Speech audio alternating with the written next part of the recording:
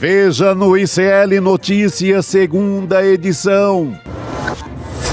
Lula parte para cima. Não é aumento de imposto. Em meio à guerra do IOF, presidente critica milionários e aproveita para chamar Bolsonaro de frouxo. Quem é frouxo não deveria fazer bobagem. Cansado de traições, governo manda advogado-geral da União, Jorge Messias, acionar o Supremo contra a derrubada do IOF. Nós não podemos deixar de adotar as medidas jurídicas em razão das questões políticas. Acabou o amor. And they're gonna have a good time using it. Trump ameaça deportar Elon Musk de volta para a África do Sul. We might have to put Jones on Elon. O ICL Notícias, segunda edição, está no ar.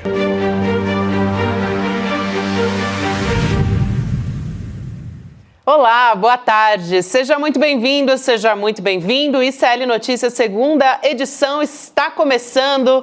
Estamos ao vivo nos canais do Instituto Conhecimento Liberta, Eduardo Moreira, também no canal da Voz Trabalhadora no YouTube, na Pop TV, você que nos assiste no Rio Grande do Sul.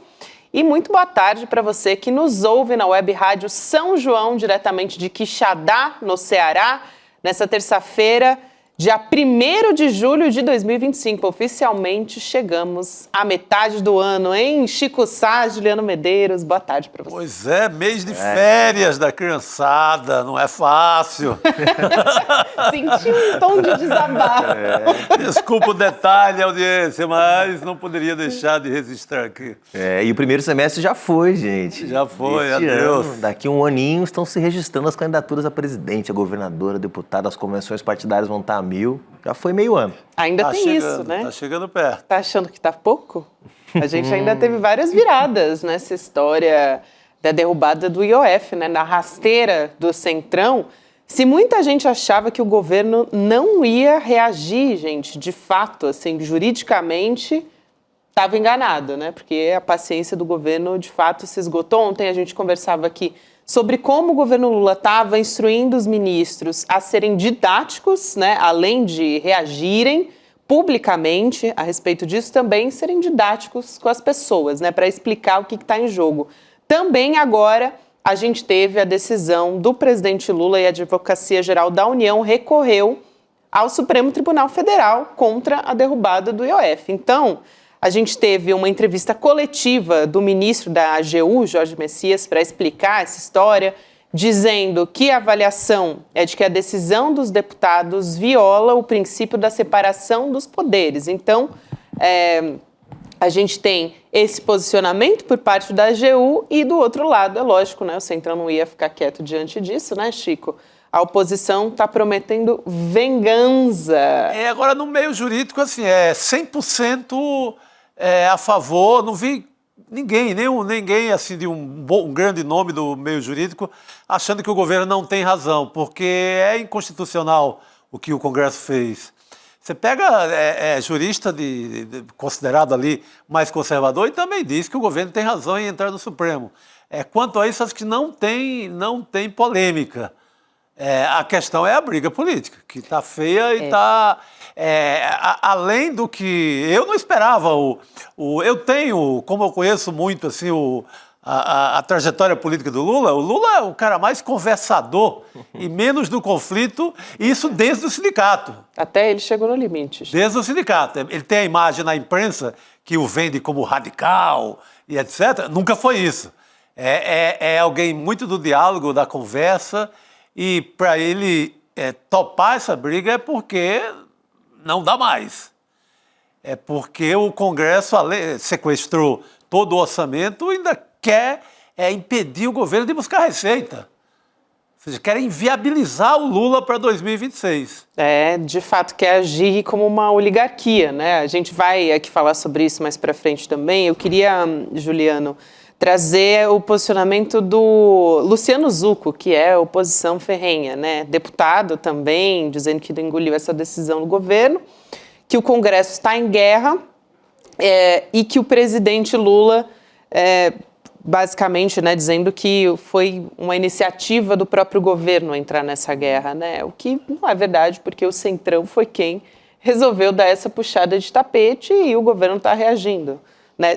O Centrão queria, claro, que o presidente Lula agisse dessa maneira, né, no tom da conciliação e tal, mas já deu o tom de ameaça de novo, falando, vai ter reação, a gente vai responder. Não dá para saber ainda, Gabi, Chico, nossa audiência, boa tarde para você que também está nos acompanhando aí de casa, não dá para saber ainda a eficácia que essa ação do governo vai ter, porque, enfim, já há outras ações também tramitando, tem uma ação do PSOL, a gente vai analisar as características de cada uma das iniciativas judiciais que foram tomadas, mas é uma ação com forte peso simbólico, né? Porque ao dizer que vai reagir, o governo está dizendo que, na verdade, vai esticar a corda, né? Vai pagar para ver, vai dobrar a aposta. A gente repercutiu aqui na semana passada, né, uma discussão que havia no interior do governo, se era melhor deixar para lá e fazer um novo esforço de repactuação com o Centrão, com vistas à eleição de 26, ou se era hora de dobrar a aposta, né, entender que a gente já entrou no clima eleitoral e que o governo tem que se posicionar ao lado dos direitos sociais, dos mais pobres, da manutenção dos mínimos constitucionais, da vinculação do reajuste da aposentadoria do salário mínimo, ou seja, o programa com o qual Lula foi eleito. Né? Ou se entregava os tacos, como a gente diz lá no interior, né? Entregava de vez o jogo. E acho que, apesar da gente não saber exatamente o resultado jurídico propriamente, e o imbróglio pode levar algumas semanas, isso pode inclusive impactar a arrecadação que o governo esperava ter com essa medida, do ponto de vista, tá claro, acabou a lua de mel, daqui para frente só ladeira abaixo. É agenda eleitoral, né? Antecipadíssima, Claríssimo, né? Nem sei se é tão antecipado assim, né, Chico? Acho que a gente que costuma demorar muito, viu? Eu acho que antecipado é o governo nesse tom, o governo decidindo não entregar os tacos. Mas já vinha em campanha desde sempre, né? Claro. É verdade. É uma campanha eleitoral permanente, desde 2013 para cá, só tem campanha eleitoral. Aí, só para trazer aqui, a gente estava falando do posicionamento do Jorge Messias, eu acho que vale a pena a gente assistir um trecho da fala dele, né, do ministro da AGU, para a gente entender um pouquinho melhor. Então, vamos assistir essa fala e a gente volta a conversar. Vamos lá. A discussão política, ela anda em paralelo da discussão jurídica. E eu quero dizer que há um presidente da República neste país, que é o presidente Lula, que ele tem um extremo, profundo respeito pelo Poder Legislativo. O presidente Lula, ele sempre pautou as suas relações pelo diálogo. E ele tem se esforçado muito, desde que assumiu, a manter um diálogo de alto nível, de alta confiança com os chefes dos poderes. O tempo da política oferecerá as saídas para a política. Agora, nós não podemos deixar de adotar as medidas jurídicas em razão das questões políticas. Então, aí ele está tratando do viés jurídico, que é, enfim, o que compete, né, ao ministro da AGU, mas o que a gente tem falado muito é da discussão política, né? Não tem como dissociar uma coisa da outra. Não, né, o Jorge Messias tem que ser, quer dizer, ele é uma voz institucional de um órgão auxiliar da Presidência da República, que é a Advocacia Geral da União. É claro que ele vai ter uma postura mais cautelosa, a gente não sabe ainda o teor da ação, se vai ser uma ação, digamos, mais técnica, que eu acho que é a tendência, né? Ou uma ação que traga algum elemento mais político, acho muito pouco provável, não é a característica do ministro Jorge Messias, nem da AGU, né? Então, e vamos ver o que vai acontecer com a outra ação que está lá. Não sei qual vai ser julgada primeiro, qual é o trâmite exatamente, se elas vão ser juntadas num único processo, né? São ações diferentes. A ação do PSOL é uma ação direta de inconstitucionalidade, questiona a decisão da Câmara. O governo, ao invés de questionar a decisão da Câmara, pede que seja declarado constitucional a decisão do governo em relação ao IOF, né? Então, características um pouco diferentes. Vamos ver. Vamos trazer essas diferenças entre as ações? A gente tem... Vamos trazer primeiro do governo, né? Então, a gente tem essa ação declaratória de constitucionalidade, né? Que pode ser proposta pelo presidente da República, portanto, foi uma decisão que partiu do presidente Lula, também das mesas do Senado e da Câmara, ou do Procurador-Geral da República. E a ideia é confirmar se a lei ou a norma é constitucional. Exatamente isso, né, Juliana? E a decisão deve ser seguida por todos. A gente tem também a ação do PSOL, que já comentamos aqui, até que o ministro Alexandre de Moraes é o relator, né? Ele que está encarregado dessa história. Então, é uma ação direta de inconstitucionalidade que pode ser proposta também pelo presidente da República, presidentes das casas, né, legislativas, das assembleias também legislativas, pela OAB, pelo PGR, partidos políticos ou sindicatos nacionais. Nesse caso, a gente está falando aqui, claro, de um partido político, que é uma ação que pede ao Supremo para decidir também se uma lei, uma norma federal ou estadual está contra a Constituição. Justamente essa é a discussão que foi colocada ali desde o começo, né? Se não estava sendo inconstitucional essa rasteira que o Congresso, o Centrão mais especificamente, né? Falando da figura ali do Centrão, mas que o Congresso deu no governo depois da decisão do governo federal, uma coisa que não acontecia desde 92, né? De 92 aconteceu no governo Collor, era um assunto que não tinha muita relevância, tanto que eu nem lembro agora, ninguém lembra, e com o Collor já praticamente no chão, com o governo acabado. Então, só se faz isso com o governo morto, não se faz isso com o governo vivo como o governo Lula. Era assim, passou no Collor, nem foi comentado porque ia cair, faltava 15 dias para o governo cair. Exato. É uma afronta mesmo. Então, né? é um tratamento, o desrespeito é como se tratasse de um governo que está fraco. Isso. O recado é esse, né? O recado é esse, é desmoralizar o governo. Tem essa mensagem. E eu acho que a diferença aí, comentando também, né, as duas iniciativas, Chico, é que no caso do PSOL, o pessoal ficou esperando algum sinal do governo, o governo ficou meio parado, estava fazendo conta, né? Conta no sentido de avaliar se valia a pena, se ia ter amparo no Supremo, qual que era o ambiente no Supremo. E o pessoal entrou, acho que respondendo também muito uma ansiedade dos setores progressistas. Pô, vocês não vão se mexer, não? Tomaram uma tremenda de uma cacetada, vai todo mundo ficar olhando. Então, acho que o pessoal corretamente dá essa resposta e vai ao Supremo. O governo demorou um pouco, mas essa demora, eu acho que tem muito a ver com consultas que certamente estavam sendo feitas. Né? Ouvindo juristas, ouvindo pessoas que têm acesso ao Supremo. Porque imagina o governo entrar com uma ação para peitar o Congresso Nacional e essa ação não ser acolhida pelo Supremo, né? Embora, como disse o Chico, do ponto de vista técnico, parece que não tem nenhuma chance da decisão da Câmara ser mantida, porque ela é bastante inconstitucional, né? Agora lembrei o assunto da medida do governo Collor, eram precatórios, era a decisão do varejão dos precatórios. Ou seja, né, se você comparar com a crise política... Era um pagamento lá, uma viúva, digamos assim, sabe? Exatamente. Importante, acho que vale a pena a gente dizer aqui também, né? Tem vários comentários no nosso chat a respeito disso. E um desses comentários aqui até traz uma ponderação aqui, discorda da gente, o Rogério Matias dizendo, ok, mas infelizmente o Lula reclama do parlamento, né? Mas vários integrantes do governo acenam com a mão esquerda e depois apertam com o da direita. Tem uma questão que foi levantada pelo cientista político Christian Lynch. Ele colocou nas redes sociais dele, né, de que agora chegou um momento que o governo não tem alternativa. Pode ter muita gente que discorde disso, mas que para não afundar, o governo tem que retomar o discurso de esquerda. O Christian Lynch, ele argumenta, né, que o Centrão, o Congresso realmente rompeu com tudo, que se elege basicamente sozinho, porque tem as emendas parlamentares, né, está no controle de tudo, então... Para ter qualquer capacidade de ação, agora o governo precisa se mobilizar a sociedade e por meio desse discurso. Eu queria saber o que vocês acham. Acho que vale a pena levantar essa discussão. Com certeza, Gabi. O primeiro ano do governo do presidente Lula foi realmente, como disse o slogan, ano de reconstrução, união e reconstrução. Né? O governo teve um crédito extraordinário que foi concedido. Vai mudar esse slogan. Vai mudar. Teve um crédito extraordinário que foi concedido pela Câmara dos Deputados, porque quem aprova o orçamento do governo que está entrando é o Congresso que está saindo, é uma coisa meio maluca que tem no Brasil.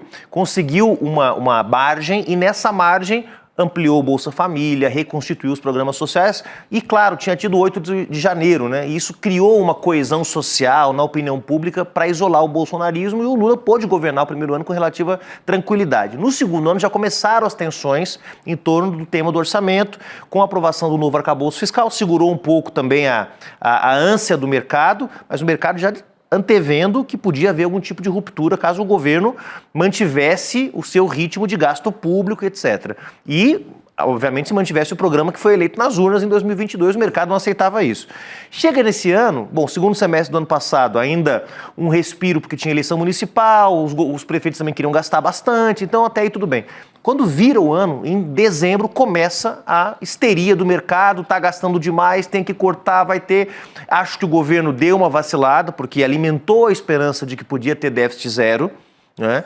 O próprio ministro Haddad chegou a falar sobre isso algumas vezes, até que chegou uma hora que o Lula disse, olha, eu faço déficit zero, fazendo ajuste fiscal recessivo em cima do povo e perco a eleição, chego desmoralizado em 26 como o cara que arrebentou com os pobres, ou eu tento achar alguma outra alternativa para não fazer isso em cima dos pobres, né? Aumentar a receita em cima dos ricos, não tem muito para onde correr.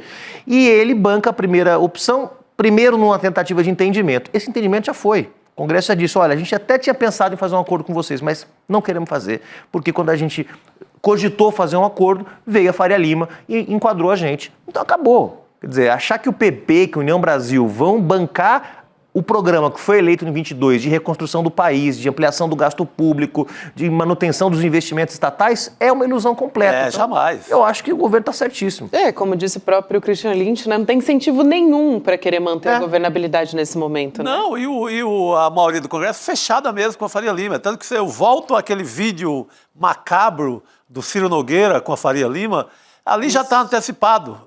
Aquilo foi no começo do ano, né? Não dá para dizer que está ali né? que é a ideia, a tese de o Lula sangrando e chegar muito fraco em 2026. Então não tem, a sinuca estava imposta, não há negociação mais, nem possibilidade. Agora eles estão juntos e cada vez mais alinhados e o jogo é esse.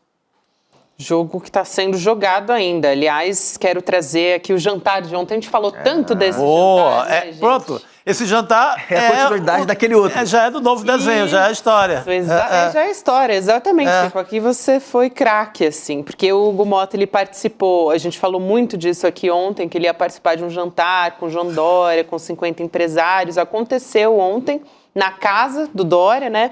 Tinham dezenas de empresários também, milionários, importantíssimo grifar aqui. Eu recebi aqui de um amigo alguns empresários que estavam agora. Interessante. É peso, é dinheiro brabo, não é? Tinha peso da política também, né, Chico? Sim, não é confecção do Brás, não, sabe? Assim, o lojista do Brás, não, que também são importantíssimos para a economia brasileira e tomara que estejam mais à esquerda ou à centro-esquerda, porque nesse andar do Dória não tem dinheiro para eles. A cobertura outro patamar. Desprezo total essa gente do Brás e das periferias e etc. Né? Mas olha, Flávio Rodrigues, vice-presidente de Relações Corporativas da Shell, Cláudio Cotrim,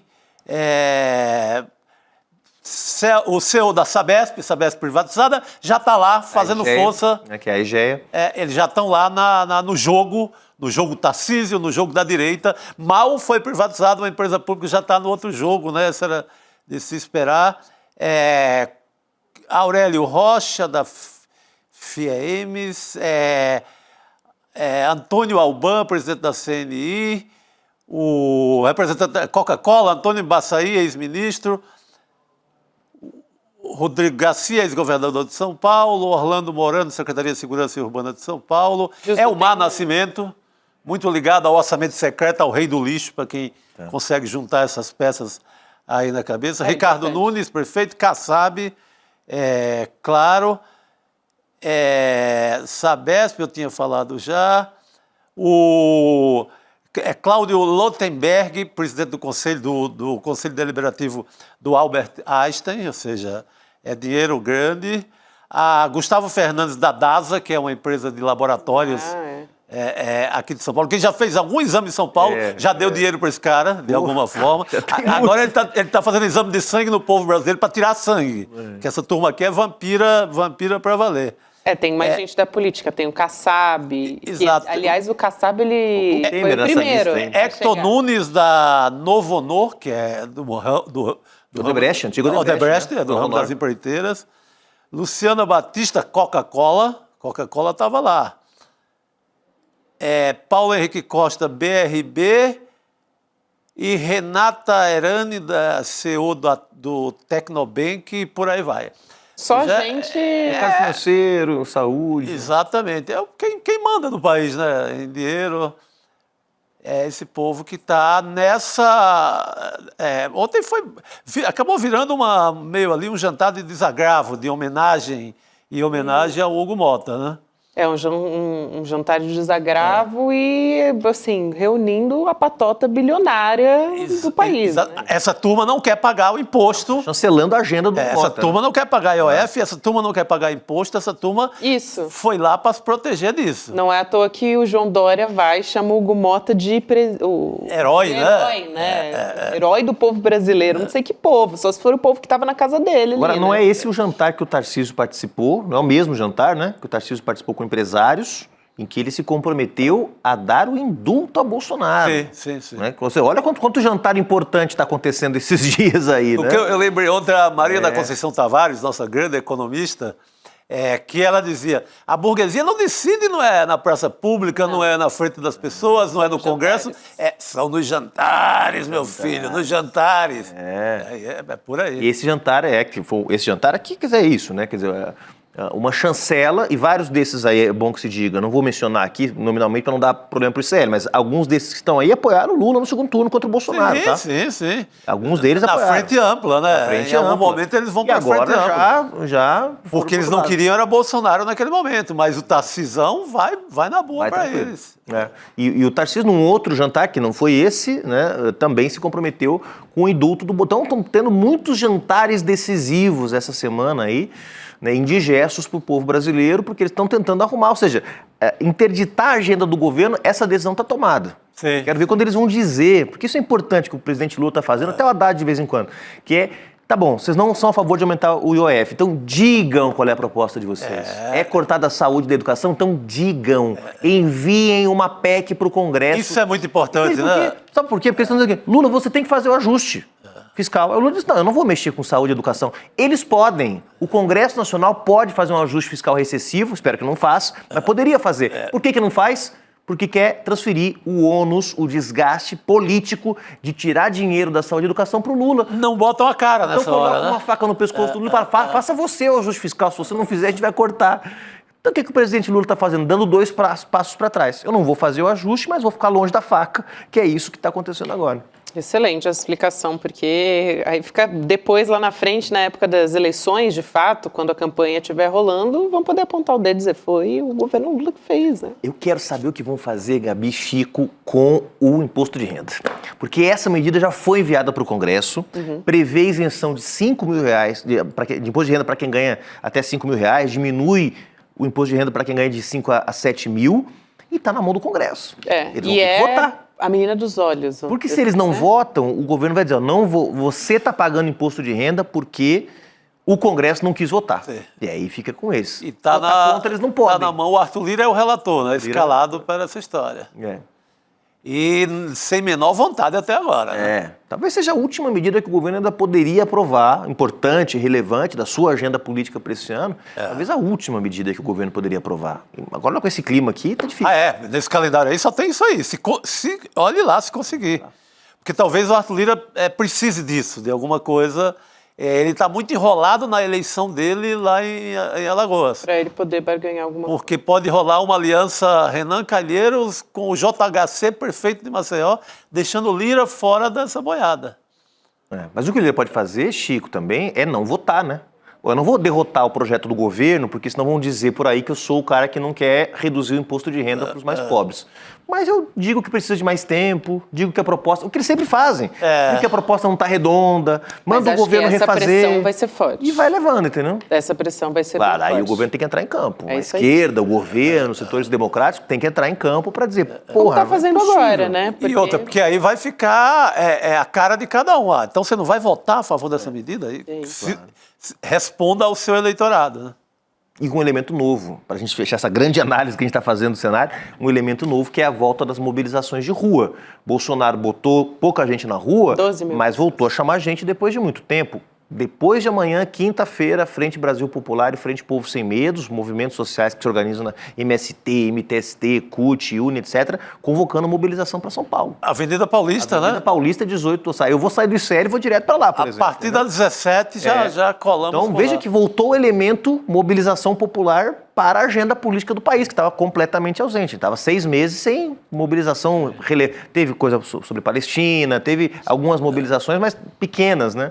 Então tem esse elemento. Alô, skatistas do Brasil. Skatistas, bora pro ato da quinta-feira. Heróicos skatistas, hein? A mensagem que eles mandam na Paulista domingo passado para o Bolsonaro é genial, né? Já tivemos torcida organizada fazendo esse tipo de manifesto e domingo tivemos os skatistas assim de uma maneira incrível, né? É sempre bom quando vem um novo segmento e se diz presente na luta, né? Muito bom. Excelente.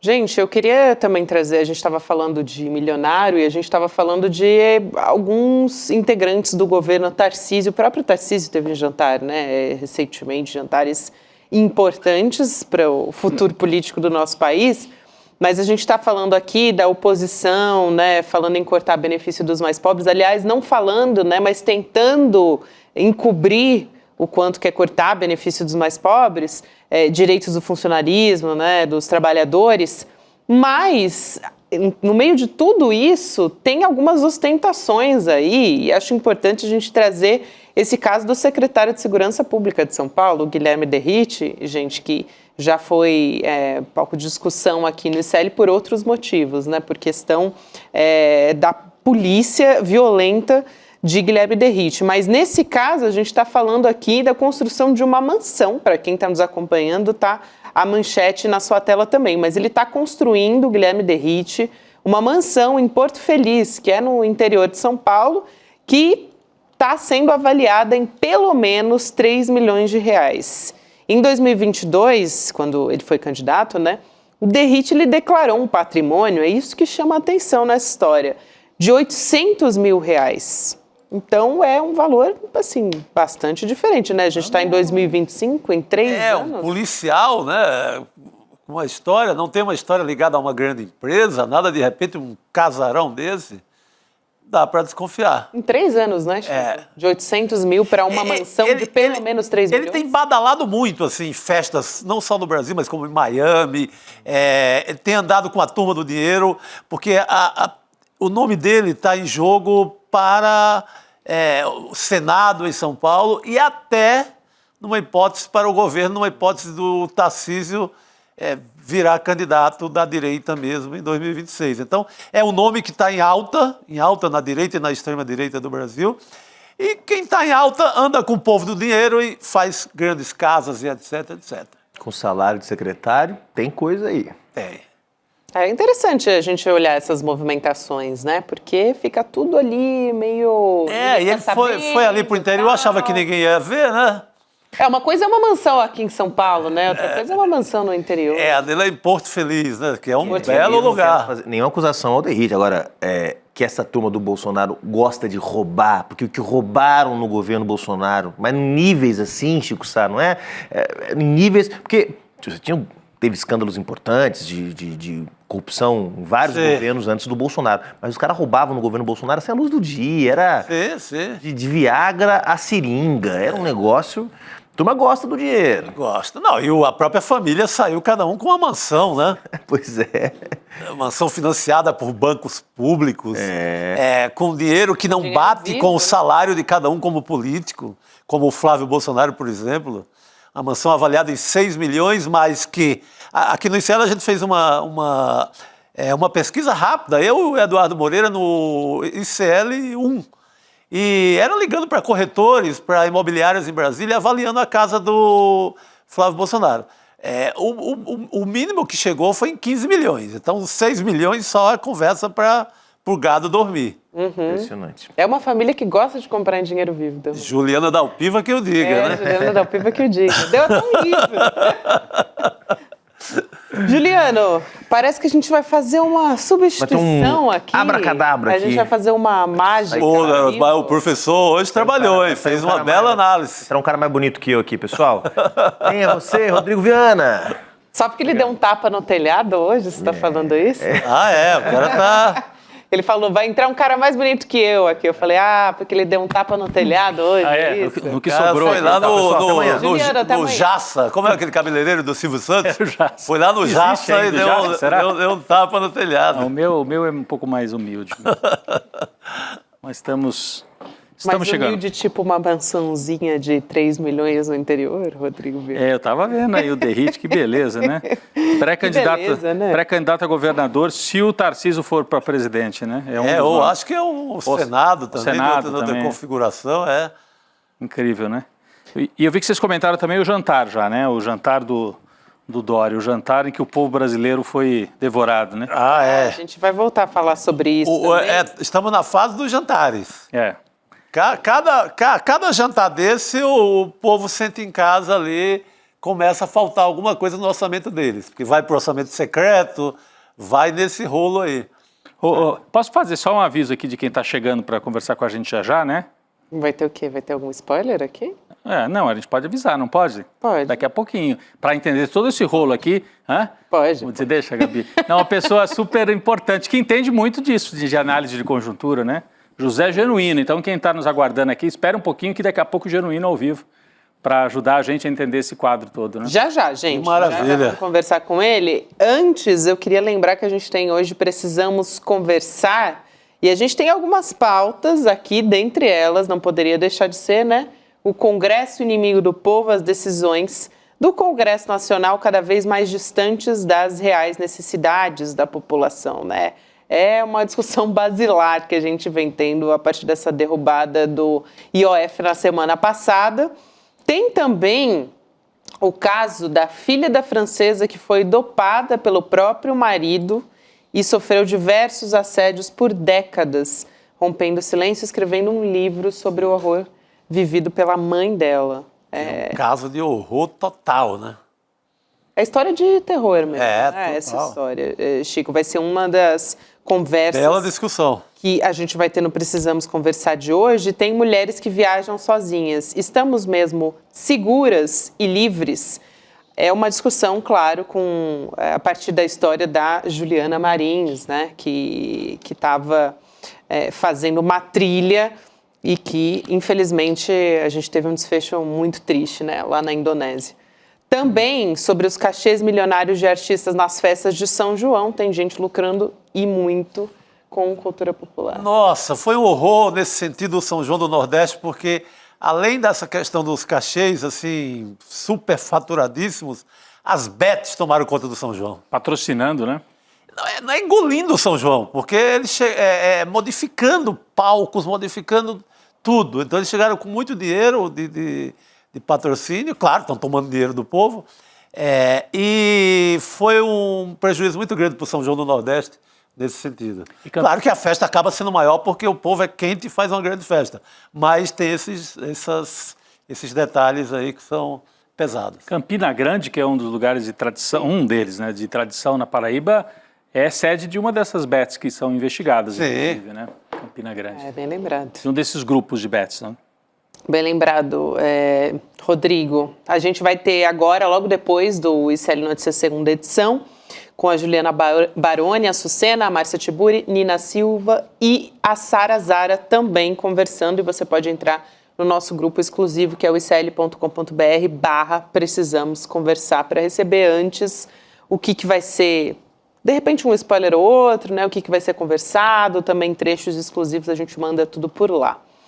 Gente, e tem uma pessoa aqui nos nossos bastidores que tá, assim, querendo muito entrar na conversa que a gente tá falando aqui sobre IOF. Ela tá doida pra vir conversar com a gente e eu tô doida pra que ela venha conversar Por também. favor! Boa noite. Demorou!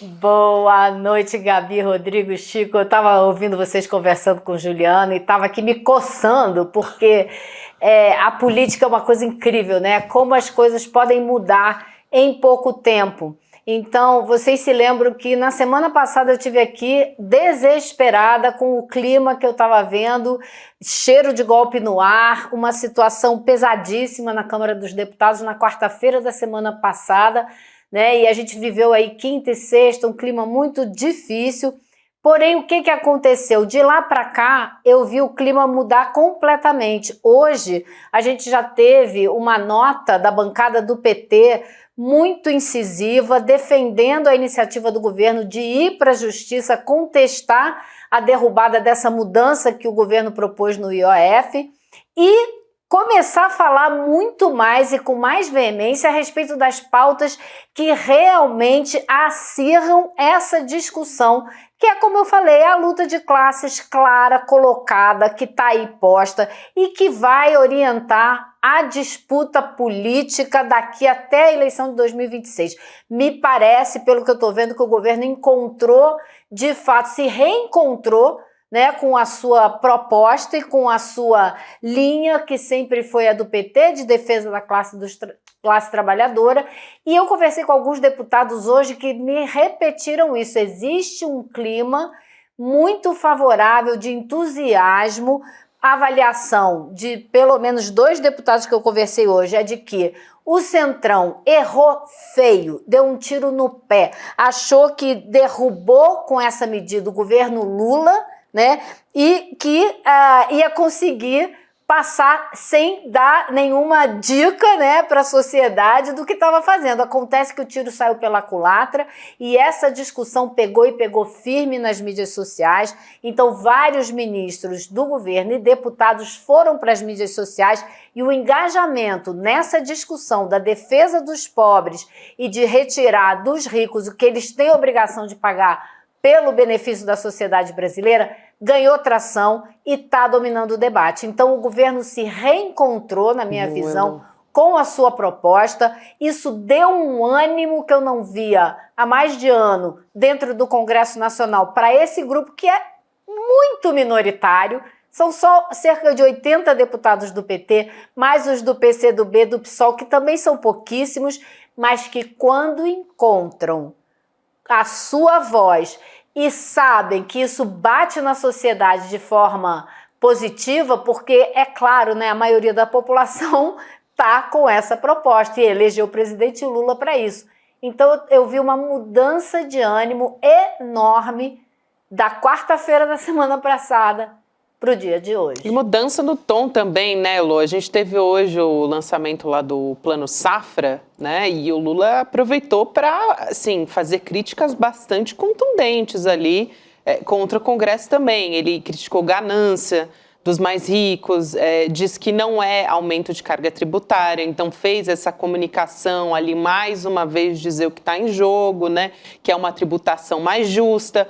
Vou trazer essa fala do presidente Lula, acho que é bastante oportuno para a gente continuar conversando sobre isso. Gente, bora lá então. Quando a gente resolve fazer uma isenção de imposto de renda até R$5.000, eu estou fazendo concessão, porque eu sempre achei que salário não é renda. Eu sempre achei. Renda é renda, salário é salário.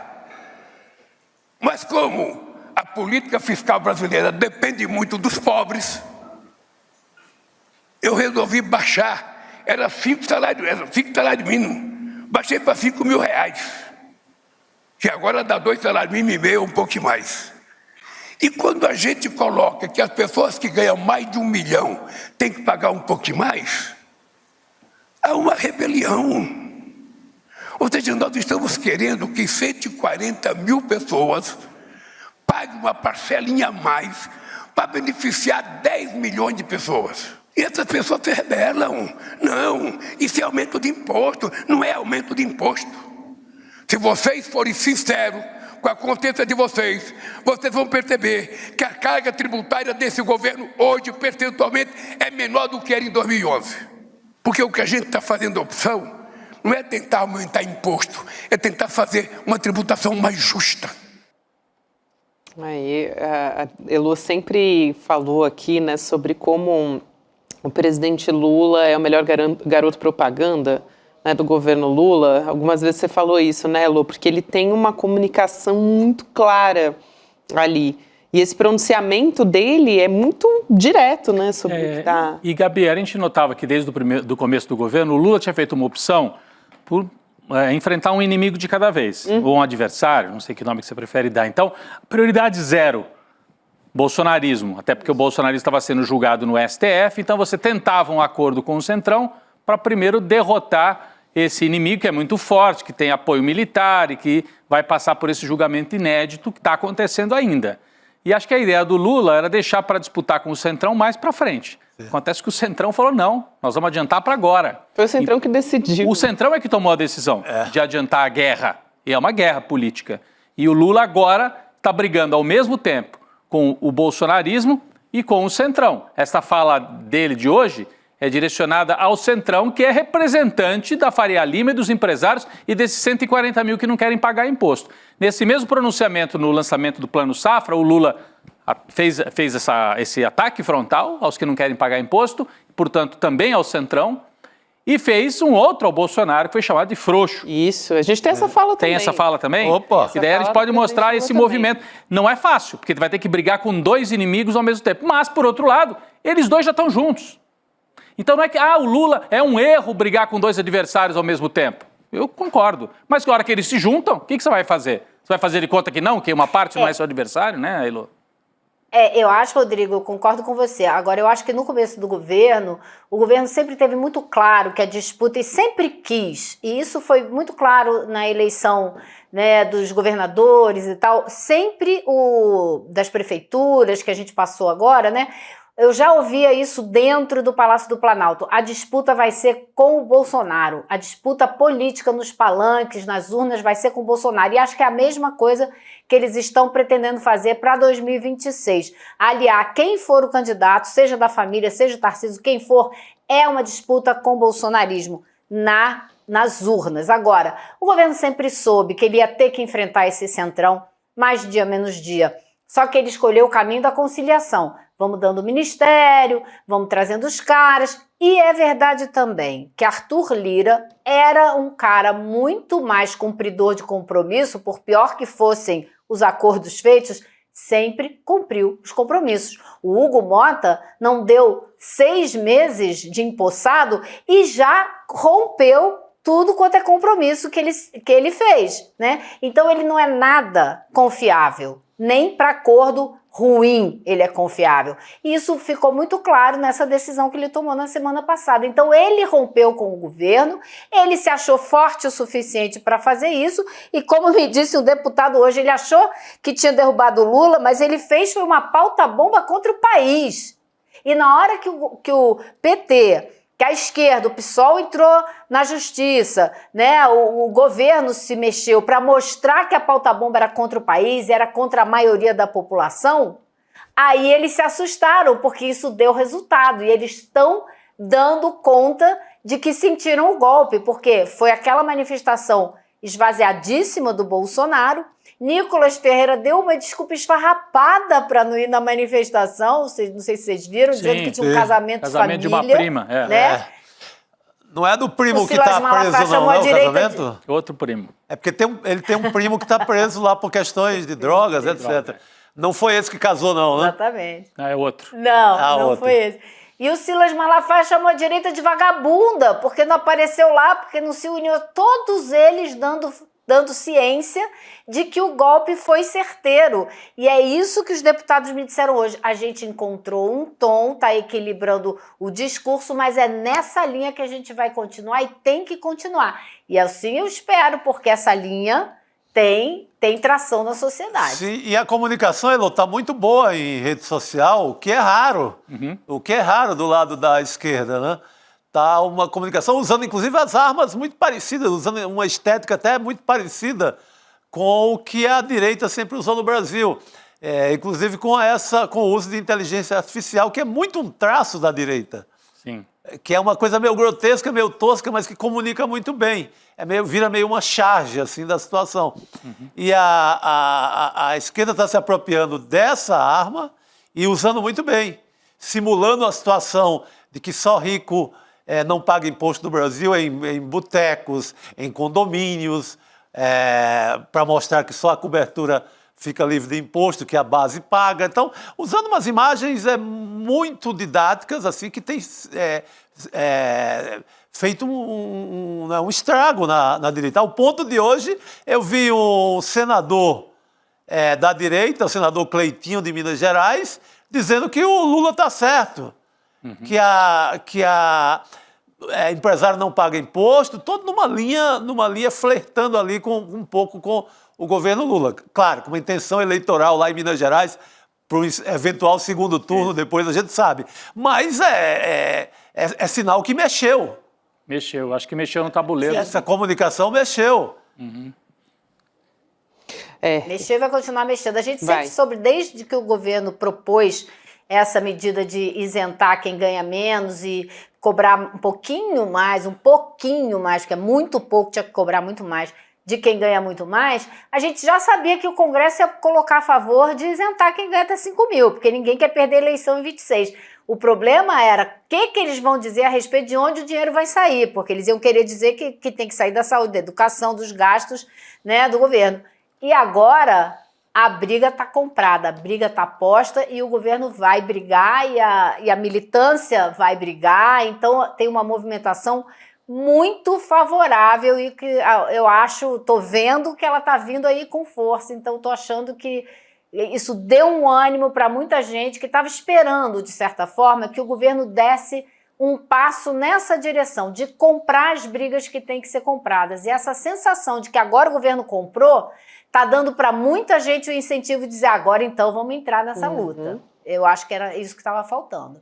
E aí, quando a gente está falando de entrar de fato nessa briga, quando a gente está falando juridicamente entrar nessa briga, né, Elô, tem, por exemplo, até a declaração da ministra das Relações Institucionais, a Gleisi, no X, mas a gente já teve fala também do Haddad, por exemplo, a gente vai rodar a fala aqui a respeito disso. Na verdade, tem um print, né, da ministra Gleisi Hoffmann falando, o governo propõe cobrar um pouco mais de imposto de renda de quem ganha muito para isentar quem recebe até R$5 mil e paga até 27,5% de imposto. Então, ela aposta nessa linha também, claro, de tributar, né, os mais ricos. Essa é a linha que o governo e que os ministros do presidente Lula têm se pronunciado na imprensa. A fala do Haddad também foi muito forte, né, nesse sentido de falar de justiça tributária também. Tem um trecho aqui, só para complementar, Elô, da nota oficial do PT também sobre isso, da bancada, né, da Câmara dos Deputados, dizendo: enquanto Lula e o PT buscam avançar na redução das desigualdades, forças do atraso atuam em sentido contrário. Os donos do poder desde sempre resistem ferozmente a qualquer mudança que ameace privilégios.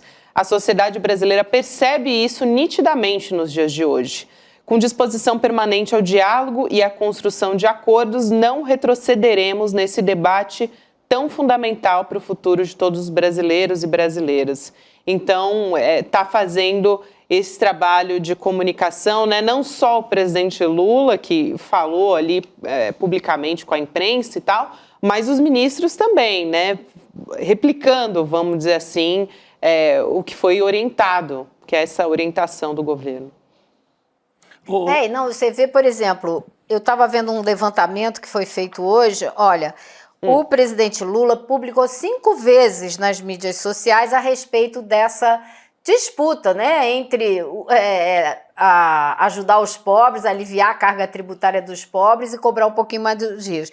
Teve 208 mil interações. Os ministros do governo fizeram 25 publicações e tiveram mais de 70 mil interações. Então, você vai somando o assunto, né, tá pegando. E essa nota do PT, da bancada do PT, ela também fala: trabalhadores de classe média pagam sua parte e ricaços só negam ou pagam pouquíssimo imposto. É isso, gente. Isso qualquer brasileiro e brasileira entende.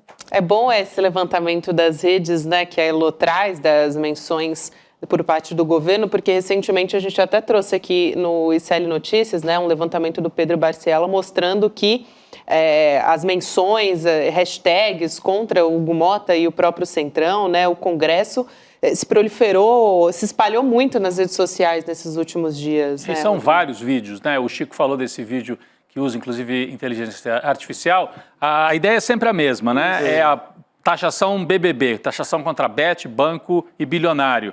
E você tem aquele em que há trabalhadores carregando o saco dos impostos nas costas, tem o outro das balanças, tem o outro com depoimentos, com sotaques diferentes de várias regiões do Brasil.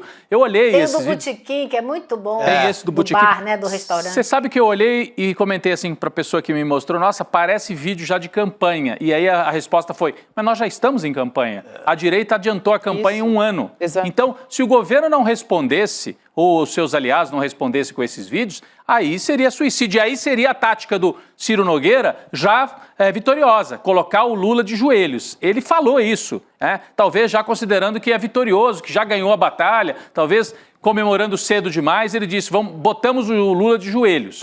E é o que a Ilô está dizendo, não sei se botaram de joelhos, mas fizeram o homem reagir.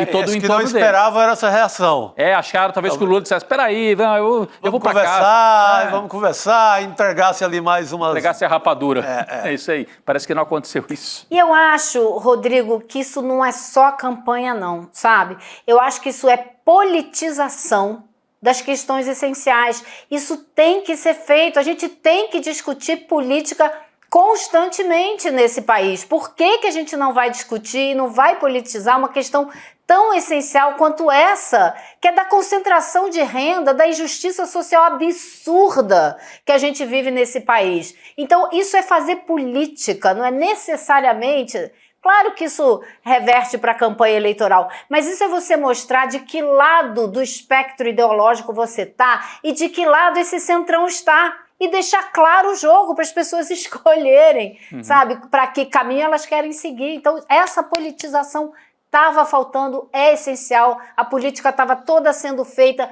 por cima, nos acordos com o Lira e com o Pacheco. Isso não avança em nada a politização da sociedade brasileira. Então, essa discussão agora sim, politiza, conscientiza e, espero eu, mobiliza.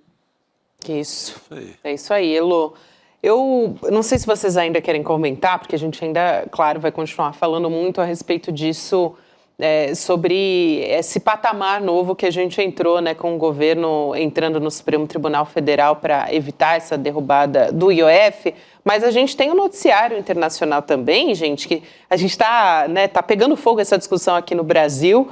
Parece que ficou até assim, um pouco ofuscado o que está rolando por lá, mas é importante também a gente trazer que é uma treta, assim, uma nova fase da treta entre o Donald Trump e o Elon Musk, hein? Não sei se o pessoal está sabendo disso aqui da nossa audiência, mas, gente, o presidente dos Estados Unidos, Donald Trump, ameaçou deportar o Elon Musk.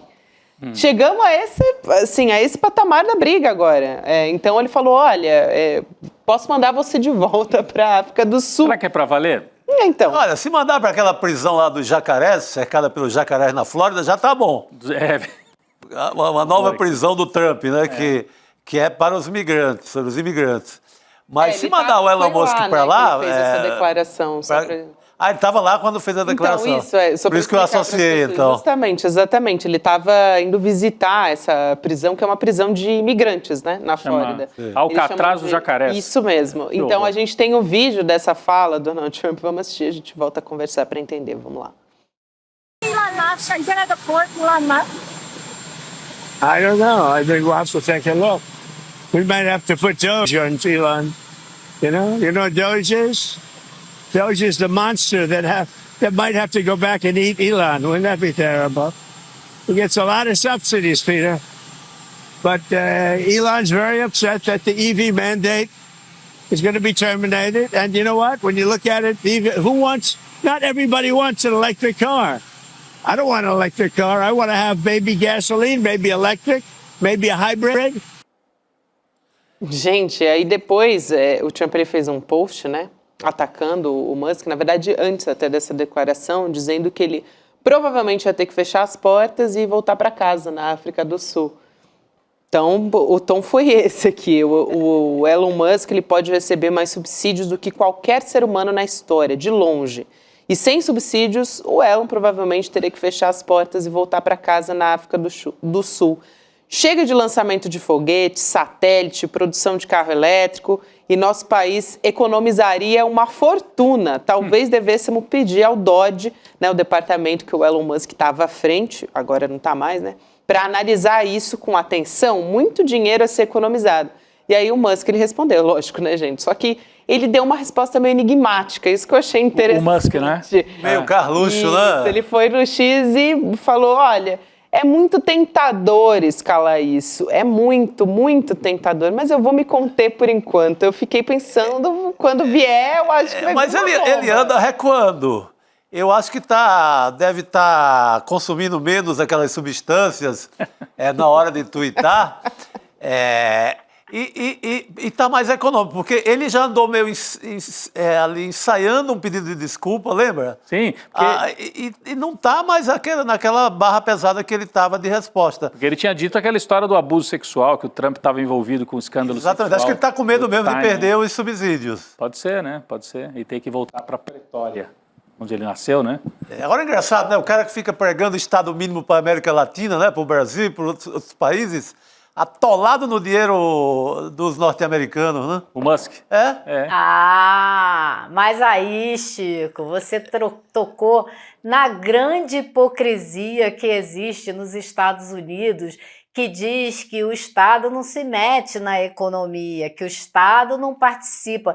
Isso é a maior falácia. Se você for ver o número de pessoas empregadas nos Estados Unidos que estão trabalhando de forma direta ou indireta para o governo dos Estados Unidos, o número é gigantesco. Agora, eu acho super interessante essa briga do Elon Musk com o Donald Trump, porque os dois sabem muita coisa um do outro, os dois conhecem muito os podres um do outro. E se eles resolverem realmente trazer à tona o que eles sabem, a gente pode se divertir um bocado, pode se desfazer a figura de todos dois. O Elon Musk só existe como empresário porque ele está na teta do governo desde sempre. A Tesla nunca deu dinheiro e aí começou essa fase aí dos incentivos fiscais para cortar carro elétrico. E diga-se de passagem, Tesla é caríssimo, né? Não compete em termos de preço com os carros elétricos, por exemplo, da China. Então, ele só sobreviveu à base do governo. Os foguetes dele, da empresa dele, são todos trabalhando para a NASA. Então é a NASA, ou seja, o contribuinte americano que financia o Elon Musk. E ele, quando entrou no governo, começou a ter problemas. As ações das empresas dele começaram a cair. E agora está aí nessa ameaça porque o Trump está realmente disposto, e a Suprema Corte já está abrindo caminho para isso, para retirar a cidadania de quem se naturalizou americano, não nasceu no país. Então isso tudo está em jogo. E ele pode acontecer com o Elon Musk, como pode acontecer com qualquer pessoa que nasceu num país e se naturalizou depois de alguns anos nos Estados Unidos. Então, assim, acho que o Rodrigo tem um ponto importante, porque o Donald Trump, desde a primeira vez que ele foi eleito, o primeiro mandato dele, a gente contava, assim, não dava 24 horas, né, não se passavam 24 horas entre ele promover um escândalo qualquer na televisão e tentar passar uma medida por debaixo dos panos enquanto aquela confusão estava ali ocupando a cabeça de todo mundo. Então isso pode muito bem ser mais um teatro para escamotear outras questões mais importantes que o país precisa enfrentar e que ele não quer que a população preste muita atenção. Agora que o Elon Musk estava metido com Epstein e que o Donald Trump estava metido com Epstein e que o Elon Musk sabe e pode ter alguma prova, isso também é verdade. Teve essa acusação, né? Lula lembrou bem nas redes sociais, ele dizendo, olha, eu não vou dizer aqui o que é, mas que o Trump ele tem relação com o Epstein, isso ele tem, né? Que é acusado de exploração sexual, enfim, um empresário aí que tem escândalos gravíssimos, bem lembrado pelo Tinha uma ilha para onde ele levava, né? Inclusive mulheres, inclusive menores de idade, e levava gente poderosa. Menores de idade. E levava políticos e gente dizem, né, do show business lá dos Estados Unidos para esses encontros secretos, né? Então o Trump teria ido a um desses, ou a mais de um, segundo o Musk, né? Então, se ele tiver prova disso, tiver como trazer mais detalhes, gente, ele está dizendo aí, né? Vou me conter por enquanto. Eu espero que ele não se contenha. Vou segurar, mas... Eu estou torcendo aqui pela briga, pelos desdobramentos da briga. Ele está se contendo por enquanto, por quê? por mais que ele seja, ou tenha sido, ou talvez ainda seja, não sei como é que está a avaliação das ações das empresas dele, o homem mais rico do mundo, o governo americano é o governo americano. O peso do Estado Estão despencando as ações da Tesla, viu, Elo? Só para te dizer aqui que você disse que não sabia como estava, estão despencando sim as ações da Tesla. Estão despencando, desde que começou essa história de cortar os subsídios para carro elétrico. Se não tiver subsídio, ele está quebrado. Isso aí. Então, assim, ele pode ser bilionário à vontade, ou trilionário, mas o peso do Estado americano, ele não vai conseguir enfrentar sozinho. Tem condição, né? Então, ele deve estar medindo aí até onde ele pode ir. Exato. É isso, gente. Eu vou propor aqui um respiro rapidinho para lembrar quem está nos acompanhando agora, gente, que a gente teve a aula de investimentos ali desde o início, né? Como é que você faz para investir? O Investir é para Todos, que muita gente não conseguiu assistir. Então, fazer um convite aqui para você poder acompanhar hoje à noite, junto com a gente, 8 horas da noite, a gente vai exibir uma reprise gratuita dessa aula que o Eduardo Moreira trouxe aqui. É uma aula aberta do Investidor Mestre e já formou mais 70 mil alunos junto com a gente, né? Educação financeira, investimento. Então, como entrar, né, no mercado financeiro, como entender, na verdade, aprender sobre o mercado financeiro para conseguir e pular fora da armadilha dos bancos, né? Que é algo que a gente fala muito por aqui. Então, tem edu1.com.br/reprise, o link para você poder ativar o lembrete da sessão para assistir. Vai ser hoje ainda, hein, gente? Depois do Precisamos Conversar, né? Que a gente tem Precisamos Conversar. Para fugir da armadilha dos BBBs. Dos BBBs. Dos bancos, bilionários e bets. Tem as dicas aí do Moreira. Tá tudo aí. É isso. Isso foi muito bem sacado, né, Rodrigo? Foi. A taxação do BBB é muito bom. Muito bom. É tão bom, isso mesmo. é tão bom como a dica que as dicas, né, que o Edu vai dar aí hoje à noite nessa reprise. É isso aí. A gente está falando de estratégias do governo Lula, a gente fez uma pausa aqui para falar do noticiário internacional, que está quente também. Mas a gente já adiantou que a gente tem o ex-presidente do PT aqui com a gente, né, José Genuíno, que vem conversar aqui na nossa mesa redonda, presencialmente. Aliás, já está a postos para conversar com a gente. Que bom.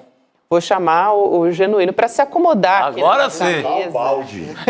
Agora Precisando sim. chutar o balde. Por favor, hein? Tá precisando chutar o balde. Opa. Abaixa a conciliação. Vamos à luta. É isso. É meu lema. Boa noite, que prazer Boa noite, ter a senhora boa aqui com a noite, boa gente. noite, boa noite.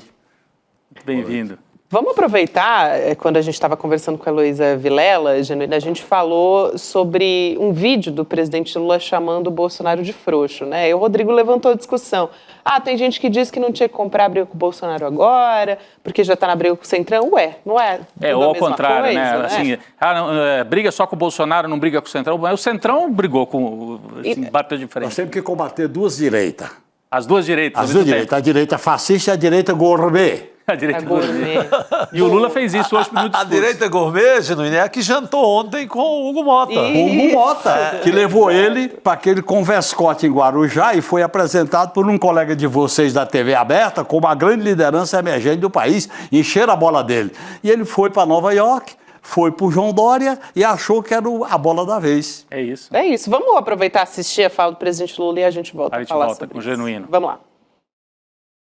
Nunca vou pedir para vocês fazerem um pix para mim. Nunca. Guarda o seu dinheiro para pagar para os seus funcionários. Eu não quero pix. E jamais vou pedir anistia antes de ser condenado. Quem é frouxo não deveria fazer bobagem. Quem não tem coragem não deveria fazer bobagem. Quem não mede o erro das consequências não deveria fazer bobagem. 5, né? Tá aí, então, a fala do presidente Lula. Acho que todo mundo quer ouvir a avaliação, né, do José Genuíno sobre essa estratégia política também, para cima do bolsonarismo, para cima do Centrão também. É uma inflexão à esquerda necessária para defender o governo Lula.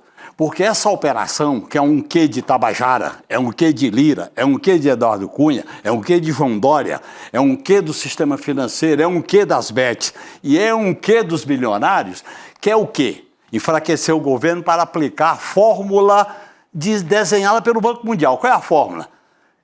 Contingenciar os gastos sociais, privatizar Banco do Brasil, Caixa Econômica, Petrobras e Correios, mexer no salário mínimo, mexer no PPC, mexer no auxílio emergencial e criar um acordo nacional imposto pelos bilionários, os bancos e as bets. É uma operação que nega a política como negociação, a política não tem palavra, a política não tem ritual. Aquela política que a gente conheceu dos direitores lá do Congresso, isso acabou. Acabou, né? São os aventureiros do momento. Sim, Só pensam no imediato. E eu acho que o Lula está certo e o PT está certo. Aliás, a experiência mostra que com essa turma, ou a gente luta, enfrenta, não basta só dialogar. A gente tem que dialogar e negociar, mas tem que haver polarização, tem que haver enfrentamento, e eu acho que está faltando ao presidente Lula duas coisas. Eu aproveito e sugiro. Primeiro, convocar uma cadeia de rádio e televisão e abrir o jogo com a população. A Heloísa Vilela fala muito sobre isso aqui. Segundo, o PT e os partidos de esquerda voltarem a ocupar as ruas e denunciar. E terceiro, mais uma sugestão, ao taxar os ricos, dizer para onde vai esse dinheiro.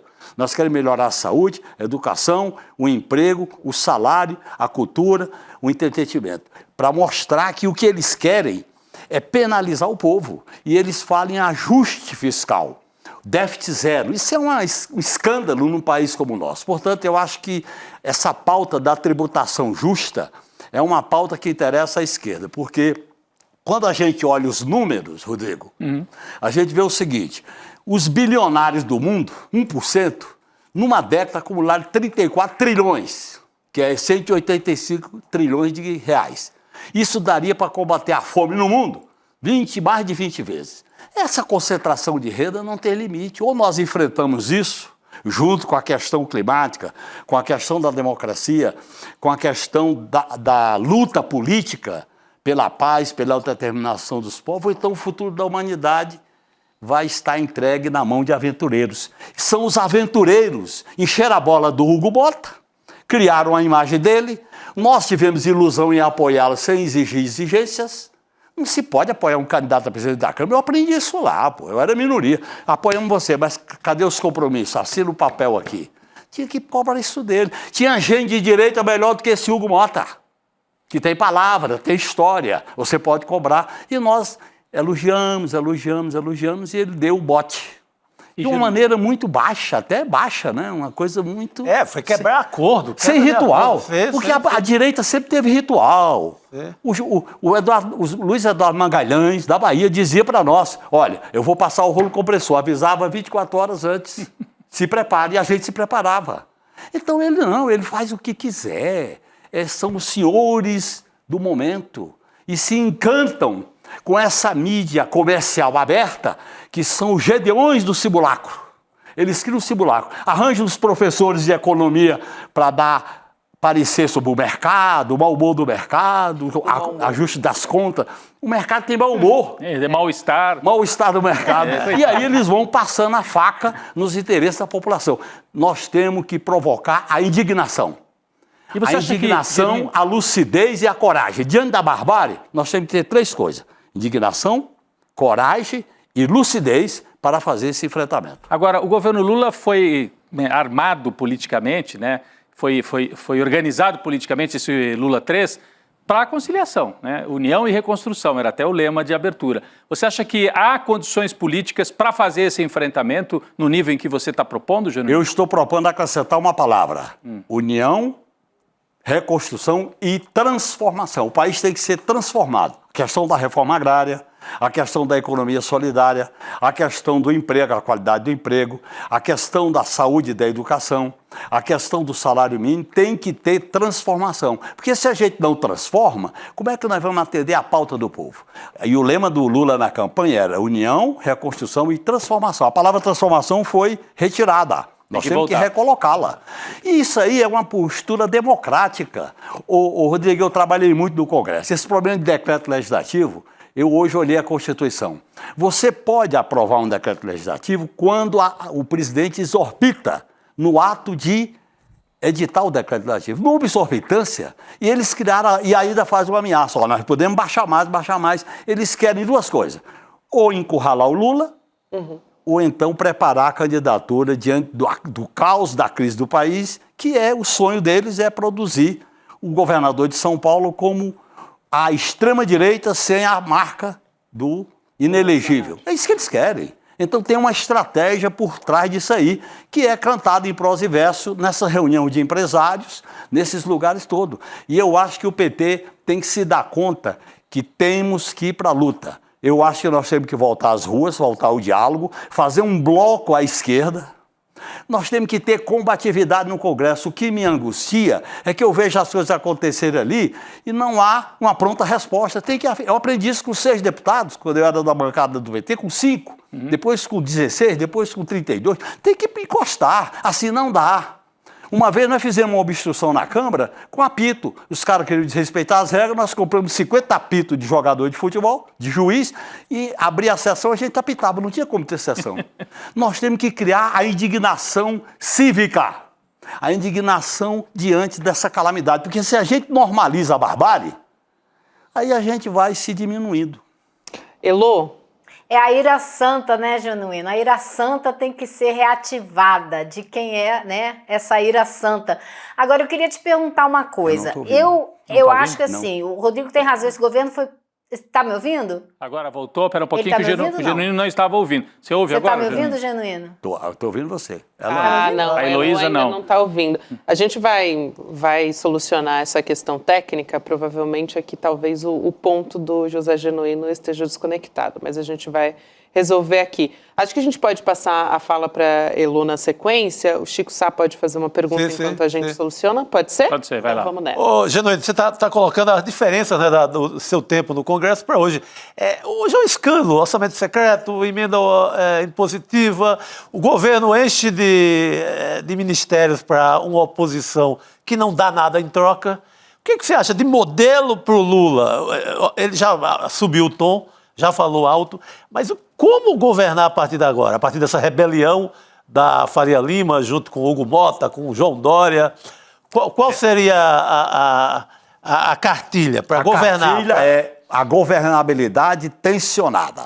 Como é que faz a tensionada? Primeiro tem um bloco de pronta resposta dentro do parlamento, combativo. Não pode acontecer o que aconteceu com a Haddad e com a Marina sem uma resposta pronta. Sim, concordo. 2, fazer o diálogo com a sociedade usando cadeia de rádio e televisão e o PT mobilizar os movimentos para ocupar as ruas. 4, dizer qual é o nosso projeto, qual é a nossa plataforma e deixar claro que essa plataforma é fundamental a gente continuar. O Lula, nesse 1 ano e meio, ele tem que fazer uma inflexão à esquerda. E essa inflexão é fundamental para a gente ganhar a eleição em 2026. Se a gente continuar nesse pântano, não dá. Por exemplo, os partidos que têm cargo no ministério, no mínimo, o governo devia dizer, olha, ministro, você está no governo, você tem que ir lá para dentro do Congresso para defender o governo. Você é ministro e nem vai lá, no mínimo esses ministros têm que estar lá para pedir voto. Olha, não dá. Porque, de uma certa maneira, eles estão desacreditando o governo. E eu acho que nós temos que fazer isso aí. A mesma coisa, nós não podemos passar a mão na cabeça do Galípolo. O Galípolo é um menino de ouro, mas virou bezerro de ouro para o sistema financeiro. Meteu 15% lá na nossa 15%. Cara. O Brasil vai pagar de juros da dívida 1 trilhão em 2026. Isso não dá.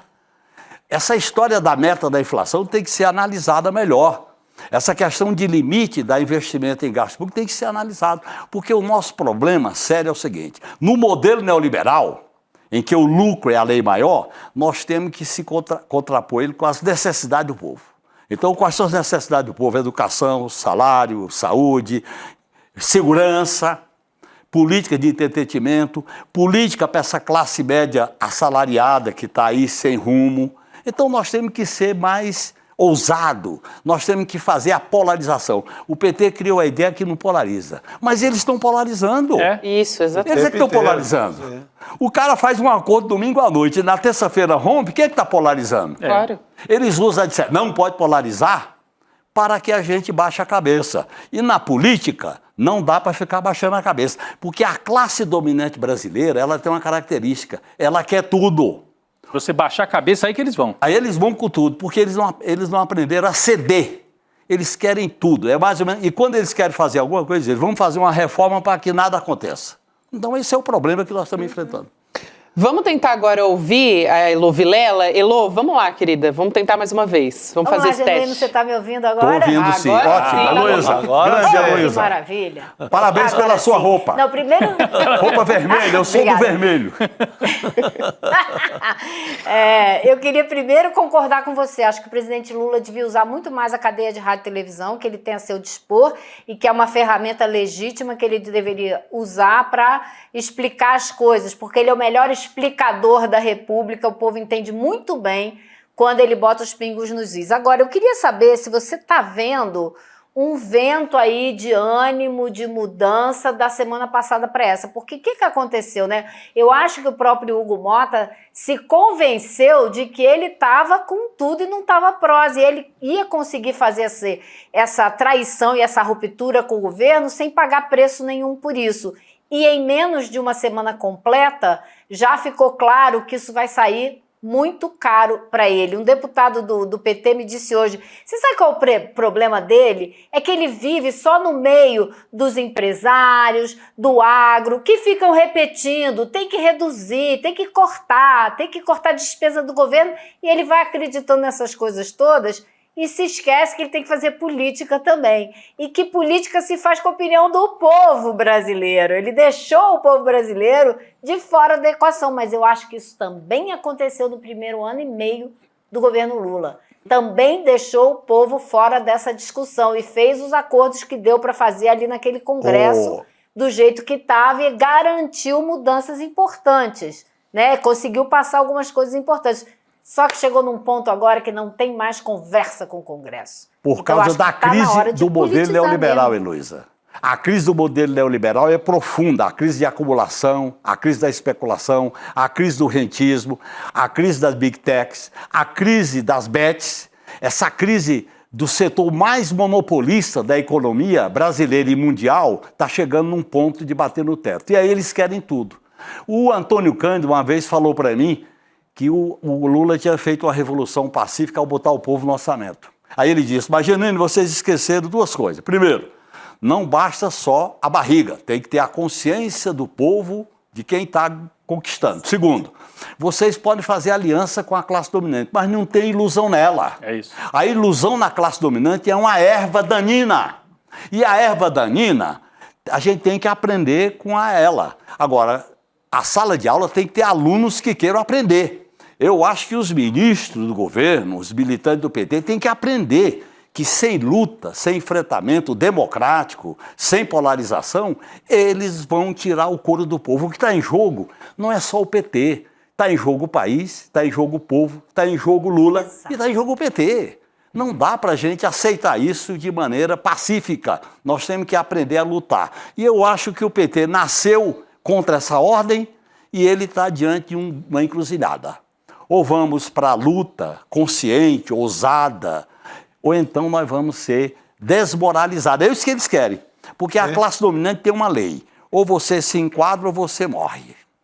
Nós nem queremos morrer, nem queremos nos enquadrar. É o fio da navalha que a gente tem que caminhar. Agora, a Genuína, 2026, Lula é o candidato, vai ser candidato mesmo, porque me parece que a operação, a Heloísa disse aí, o Hugo Mota estava crente que ia fazer tudo o que fez e que não ia pagar nenhum preço. O Ciro Nogueira chegou a dizer, por aí, em off, mas depois a gente soube, que o objetivo era colocar o Lula de joelhos com aquela operação da semana passada e talvez forçar o Lula a nem ser candidato em 2026. Deu ruim para eles, o Lula é o candidato e ele tem força para uma candidatura de enfrentamento, não uma candidatura de conciliação. Olha, quem tem 30% do eleitorado, que o PT tem, que o Lula tem uma base real para dar o passo. Segundo, tem que azeitar bem a plataforma dos direitos do povo. 3, tem que fazer aliança sem ilusão. Vamos fazer aliança priorizando a esquerda e a centro-esquerda.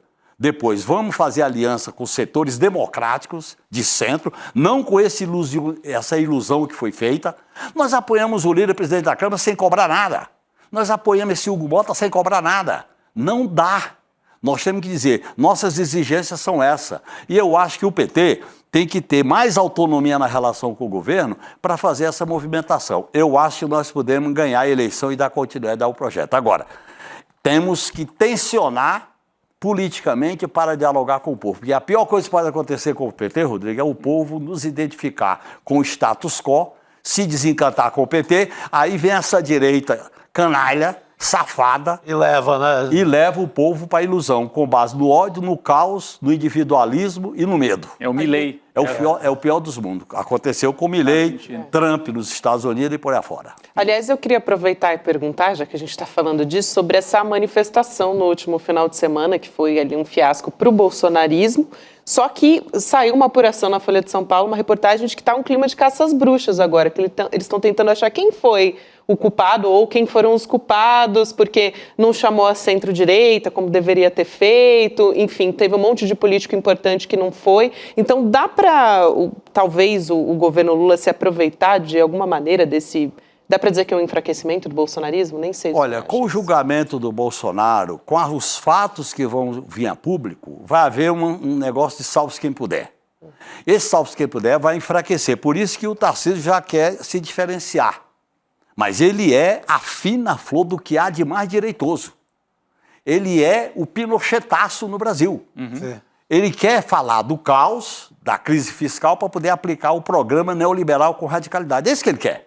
Por isso que ele tem um apoio do mercado financeiro, da imprensa monopolista, que são os gedeões do simulacro, os professores que estão de plantão para dar entrevista para a mídia aberta, e o humor do mercado ser colocado como uma grande questão. O mercado não tem CPF nem RG, mas tem humor. Tem mal-estar, tem que tomar em conta. Tem mal-estar. Então, eu acho que nós não podemos ter E tem os ilusão. algoritmos das mídias sociais também, que a gente não pode se esquecer, né? Algoritmo tem das tudo. mídias Por sociais. isso que a gente tem que fazer, lutar nas redes sociais, lutar nas ruas, lutar nas rodas de conversa, lutar nas comunidades, lutar nos territórios. Nós temos que sair da acomodação, Heloísa, que essa institucionalidade oligárquica contaminou parcelas importantes do PT. Não dá. O PT O é senhor não acha contra que a agora ordem. vai? O senhor está sentindo aí que agora vai? Eu estou sentindo um clima novo. Eu faço muita reunião no PT, eu faço muito debate, eu estou sentindo que há um clima novo. O pessoal, opa, o que está acontecendo? Nós temos que reagir, não dá para aceitar. Baixar a cabeça é o fim do mundo. E eu acho que o próprio Lula tem sensibilidade suficiente para dizer, não dá. Porque o que está em jogo aí é o país. É a história dele, é a biografia de quem luta. Olha bem, e a tragédia da esquerda se acomodar é grande. Olha o que aconteceu com o PC italiano, que hoje a esquerda é irrelevante. Porque foi se adaptando, não sobrou nada. Então o PT tem que olhar isso com muito cuidado para construir esse processo. Eu estou fazendo essa luta, sem cargo e não quero, sem mandato e não quero. E o meu limite para dar entrevista é vocês aqui do ICL.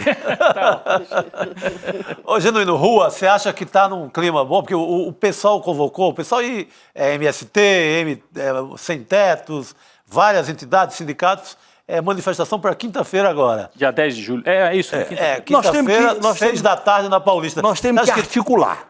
A rua não vem por milagre nem com cogumelo após a chuva. É isso que eu quero discutir. Você tem que construir uma mobilização para ocupar as ruas. Como é que você faz isso? Articular, fazer reunião, estabelecer a pauta, preparar direitinho para poder construir uma retomada das ruas. Nós temos que retomar as ruas. Isso é uma marcha não é uma marcha de 100 metros. É uma corrida mais longa, porque o processo de degradação social atinge corações e mentes. Porque nós temos um desafio.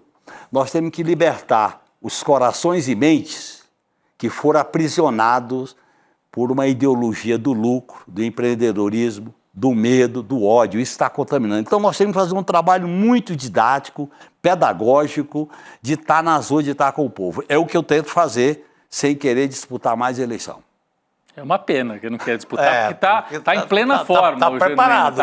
O homem está bem.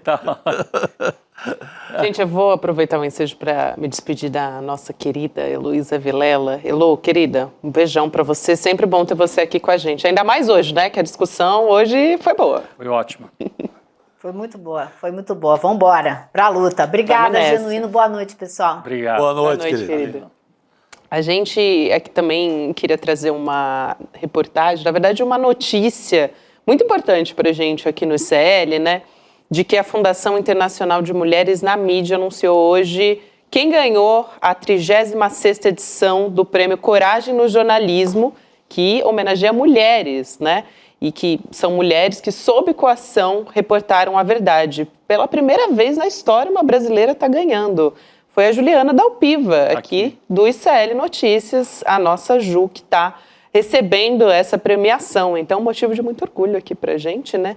Esse prêmio está destacando que a Juliana foi processada, foi assediada, foi ameaçada porque revelou corrupção, abuso nos direitos humanos, enfim, no que eles chamam de corredores do poder do Brasil. Nossa, sofreu diabos aí com o bolsonarismo. Quer dizer, entre outras coisas, contou a história da família Jair Bolsonaro, né? Mostrou como é que eles construíram a fortuna e o poder deles. Né? Exato, é da Juliana a matéria sobre as rachadinhas, né? O livro também, claro. O livro, mas também aquela sobre o dinheiro vivo da família Bolsonaro, né? De como a família Bolsonaro fazia Parabéns para a Juliana, dinheiro vivo. Que contou uma parte dessa história e ajudou a gente a desvendar, mas como diz o Genuíno, a gente tem que enfrentar as duas direitas, né, Juliano? As duas direitas, porque elas se unem na hora de defender os seus interesses.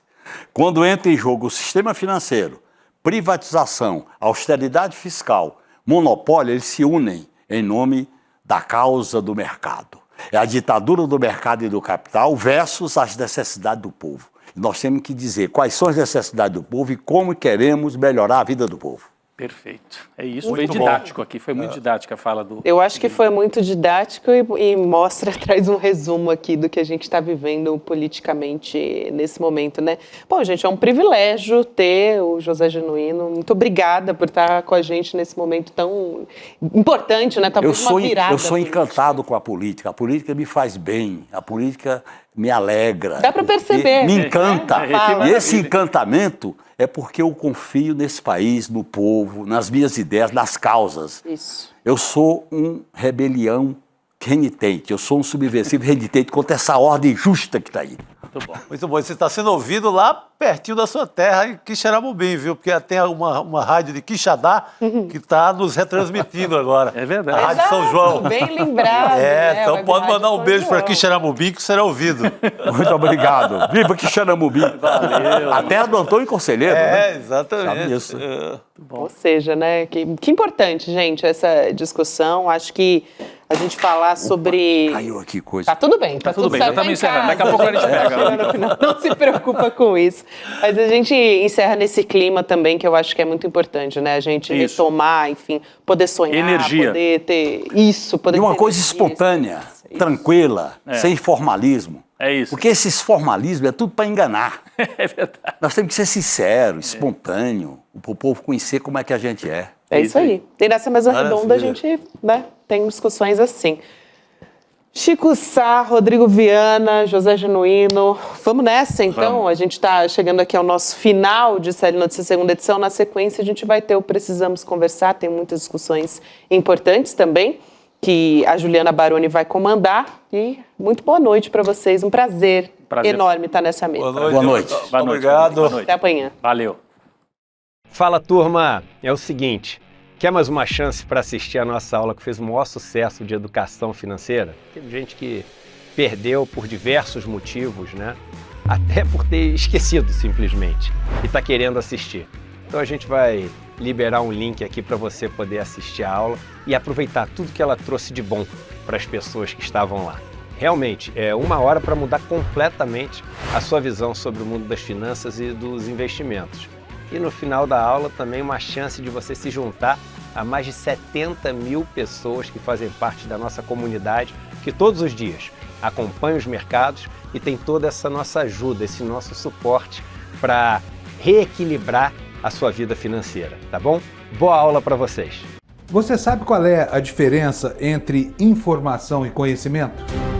Uma informação é um fato dado sobre algo ou alguém. O conhecimento é a capacidade de interpretar e analisar criticamente uma informação.